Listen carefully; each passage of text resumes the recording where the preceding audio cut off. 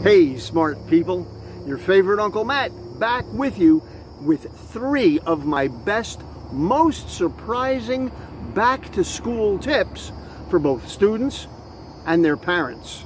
Now, whether you've already gone back to school or you're just getting ready to, or if you have kids that are in that situation, I've got 3 really good tips for you that are both surprising and really beneficial that'll work immediately. Now, 2 of them have to do with your academics, and the third one deals with improving your social situation, because that's always a really big part of any student's life. All right, so here is my first tip. Now, keep in mind that after you've had a few months off, it's not unusual for your brain to be kind of melted from the sun or having too much sand in your head or whatever. You've had a little too much vacation and your brain isn't working at peak efficiency. So you've got to exercise it a little bit, and that's what I'm going to give you. 2 really good memory exercises that you can do that are both a lot of fun. You can do it by yourself, or you can do it with your kids if you're a parent. You can do it with your friends. You can do it anywhere. You don't need any special equipment. So our first game is what I call the list game. Now, if you're a fan of my channel, you may have come across me teaching this list game before. So we're going to use as an example things that are in the air or up in the sky. So I say sun. Now, if you and I are playing, you might say sun, moon. And then I say sun, moon, star. And then you say sun, moon, star, cloud. And then I say sun, moon, star, cloud, bird. And then I say sun, moon, star, cloud, bird, dragonfly, because we've got a bunch of them out here. And the goal of the game is to get all the way to 20. So what you'll notice are 2 things. First, it forces you to become aware, or it forces your kids to become aware of the world around them and notice what are things that are possibly up in the air. Now, when I played this with my daughter at the beach, one time she said ball, and I went, ball? She said, Daddy, look, they're playing volleyball on the beach, and when they hit it over the net, the ball is in the air. And then she said raindrop, and then later on she said snowflake. Now, we keep in mind, we were on a beach in Florida. And so it doesn't necessarily have to be things you're observing right now, but that's where you'll start from. The cool part of the game is that you've got to keep track of every item on the list. Now, when you start getting past 7 or 8, it becomes a little tricky. So here's how you do it. You simply connect each item on the list to the next one. It forms a chain. So it's easy to see sun, moon, star, because they all kind of go together. But then you can see the star maybe turning into a cloud. The star becomes really big and puffy, turns into a cloud, and then out of the cloud you see a bird flying at you. And then the bird turns into a dragonfly. And so it gives you an idea of how you can make a progression of how one item connects to the next item in that list. You're not limited to just things that you see in the physical world, as I said before. You can use things from your imagination as long as it fits the criteria of things that could potentially be in the air. Another way to play the game is what I call the name game. So let's say, for example, we're using the category of animals, and you've got to name every animal that you can think of that starts with the letter C. All right, I go first. I say cat. You say cheetah. I say cat, cheetah, cougar. You say cat, cheetah, cougar, crocodile. We are in Florida, after all. Cat, cheetah, cougar, crocodile, crow. So now you're going to continue to add more and more animals to the list. So you might have cobra, or chicken, or chinchilla, or what have you. The goal is to try and get the list all the way to 20. Whoever gets to the list all the way to 20, they win the game. Why do you play a game like this? What are the advantages? Whether you're playing for yourself, just to sharpen your own brain power, or you're playing with your kids, maybe you're in the car on the way to school, and instead of having them staring at their phone or their iPad or what have you, you want to play a game that engages them and gets their mind working. But the real advantage beyond that is how do you apply this to your actual schoolwork? And that is pretty much everything that you learn from a textbook, or pretty much everything that you learn in a class, is going to be in the form of a list. So it doesn't matter whether you're learning the laws of thermodynamics, or you're in Bible study class and learning the 10 Commandments. Maybe you're in an American history class and you're learning about the Bill of Rights.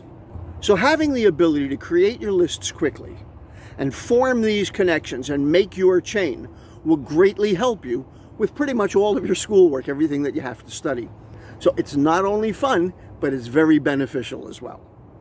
All right, tip number 2, and this one's quicker.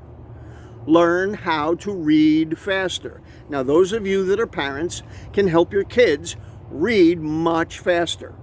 Those of you that are already in high school or college or grad school or already out in the work world, look, I've had many professional people use the tips about reading faster, and these tips work instantly. You don't have to practice them for a long time, but you will get better the more you practice. But at the beginning, there's really only 2 things you need to do in order to be able to read much faster than you do right now. First of all, why do you read slowly now? 2 reasons. Number 1, your eyes wander. So if I asked you to move your eyes in straight lines across and then going down a little bit, your eyes don't naturally work that way. And so they're up in this corner and that corner at the bottom, and sometimes you'll get to the bottom of a page and you'll have no idea what you just read because your eyes are darting all over, or you're reading so slowly that your mind wanders and you lose focus, you lose concentration, and you're not paying attention to what you're reading. So the first problem is that we've got to be able to have something that guides your eyes.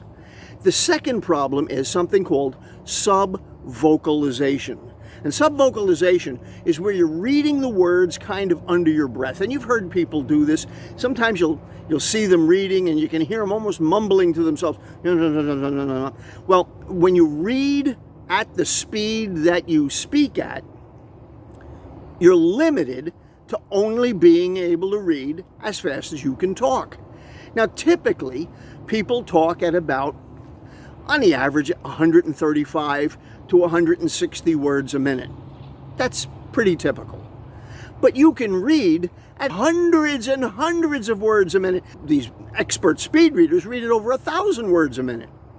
The first thing that you want to be able to do is just stop reading to yourself under your breath. Now, there is no technique to do that. You just need to be aware that you're doing it and just stop doing it. You're just going to read as fast as you can. So you might ask, gee, if I'm reading really fast, won't I lose focus and concentration? Well, the interesting thing is that usually the opposite takes place. And that is that the faster you read, the more focus, the more concentration you have. Think of it this way. If you're on your bike or your skateboard or in your car and you're going down the road really fast, you tend to pay a lot more attention to the road. You have a lot more focus and concentration when you're going fast compared to when you're going slow and you can kind of look around and see what's happening. Same thing when you're reading.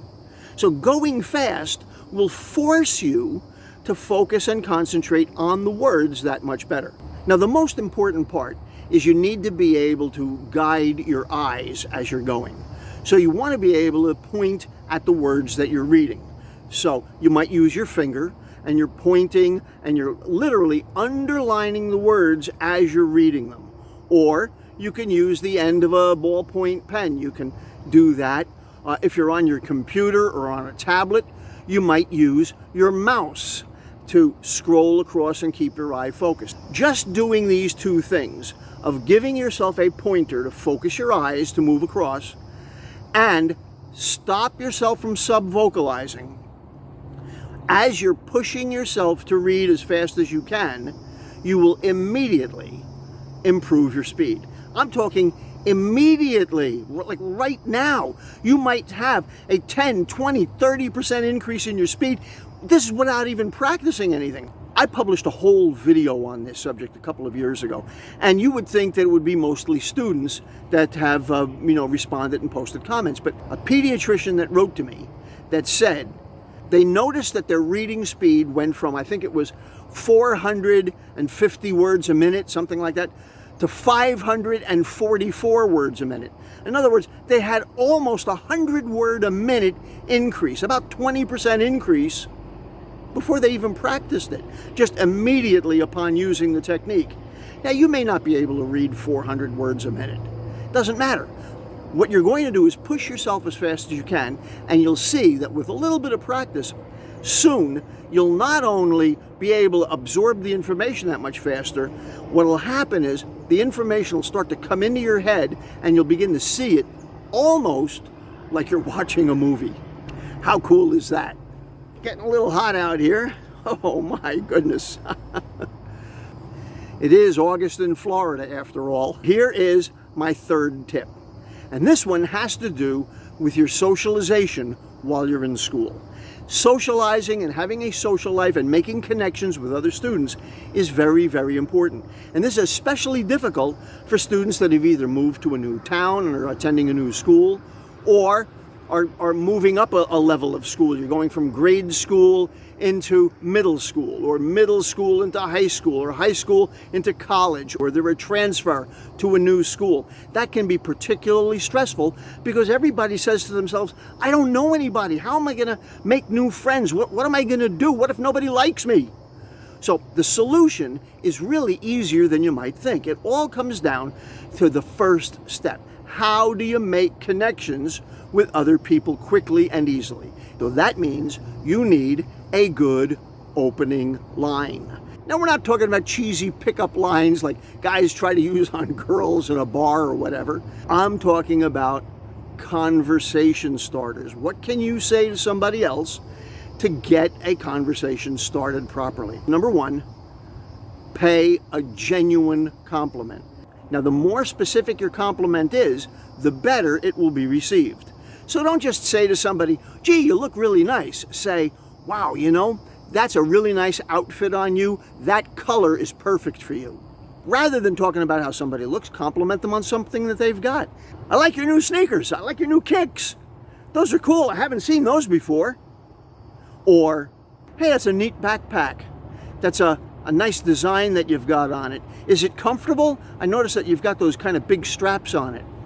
Remember, a lot of times kids these days don't even get lockers and they get their backpack loaded down with books. And sometimes the backpacks are not comfortable. But it's a way to get a conversation started.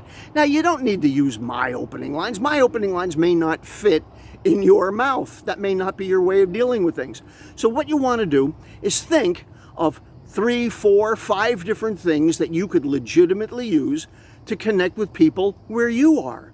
If you're a parent and you've got children, work with them on it and have them come up with 4 or 5 different opening lines. You don't want to use the same opening line with everybody you meet. This really and truly can have lifelong benefits. I'll tell you a story from my own life. I transferred to public school in the 7th grade. Now, we didn't call it middle school back then, we called it junior high. And so I was one of the only kids that didn't come from one of the big public schools in the area that was now going to this junior high school. And I didn't know most of the other people because all the other kids came from the 5 other public schools. I was coming from a private Catholic school. So I'm in gym class and we're sitting in the bleachers. And I turned to the guy sitting next to me and I used an opening line. I said to him, hey, do you think you can climb that rope? And he told me that he thought he could do it and that he could probably do it faster than me. And we started this conversation and a little friendly rivalry, and it gave us not only something to talk about, but something to test each other with. Well, that relationship, that opening line led to a really close friendship all throughout middle school, all throughout our junior high school. We were friends in high school.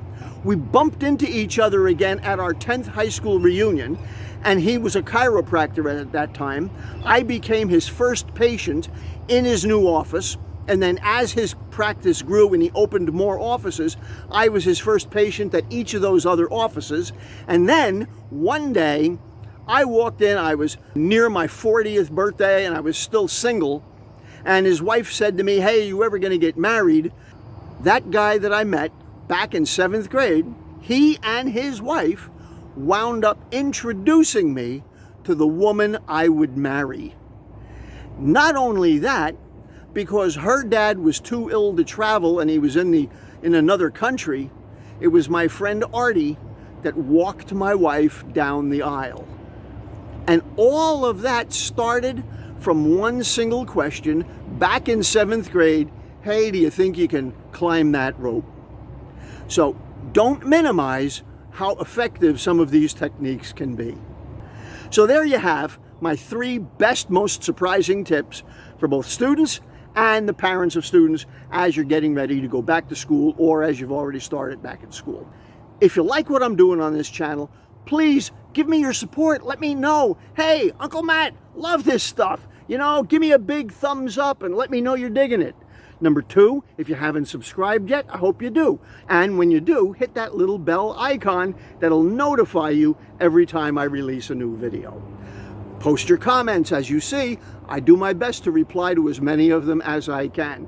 And help me spread the word on social media and let other people know about the good work we're doing here. Well, I've enjoyed my time with you. Thanks for being with me. I'll do my best to shoot other videos from around my neighborhood as we go. And I will look forward to seeing you on my next videos soon. Bye for now.